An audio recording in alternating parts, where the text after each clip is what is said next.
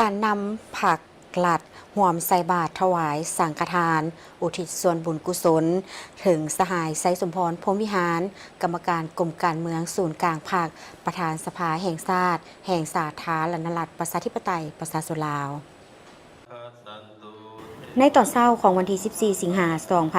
2026 ที่หอประชุมแห่งชาติการนำผักกลัดครอบครัวพรหมวิหารญาติพี่น้องพร้อมด้วยมวลชนชาวนครหลวงเวียงจันทน์นำโดยสหายทองลุนศรีสุริตเลขาธิการใหญ่คณะบริหารงานศูนย์กลางภาคประธานประเทศแห่งสาธารณรัฐประชาธิปไตยประชาชนลาว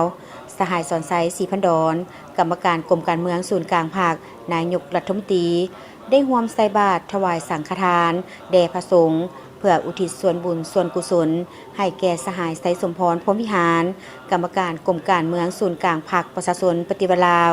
ประธานสภาแห่งชาติที่ได้ถึงแก่มรณกรรมในเวลา 11:18 นาทีของวันที่ 8 สิงหาคม 2026 ผ่านมาโดยพยาธิเส้นเลือดอักเสบที่ห้ายแหงรวมอายุได้ 70 ปี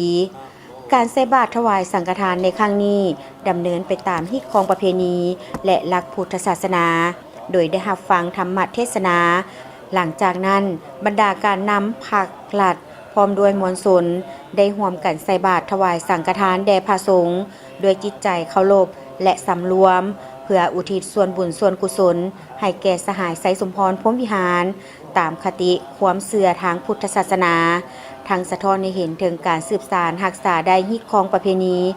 และขนบธรรมเนียมอันดีงามของชาติลาวเฮาที่ได้สืบทอดกันมาแต่อดีตจนฮอดปัจจุบันภายหลังสำเร็จการใส่บาตรถวายภัตตาหารและเครื่องไสยทานหับพรและหยาดน้ำแล้วญาติพี่น้องเพื่อนมิตรใกล้ชิดได้ร่วมพิธีบายสีสู่ขวัญตามฮิตของประเพณีที่ได้ปฏิบัติกันมาที่ภายหลังสำเร็จในพิธี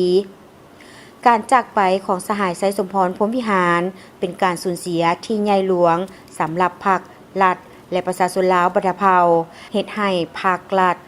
สูญเสียพนักงานการนำขั้นสูงการนำยุทธศาสตร์ที่สำคัญไปอีกสหายหนึ่งซึ่งได้นำเอาความโศกเศร้าเสียดายและอาลัยอาวรณ์อันสุดซึ้งให้แก่ภาครัฐและครอบครัวญาติพี่น้องเพื่อนมิตรผู้อยู่ใกล้และไกลอย่างหาอันเปรียบบ่ได้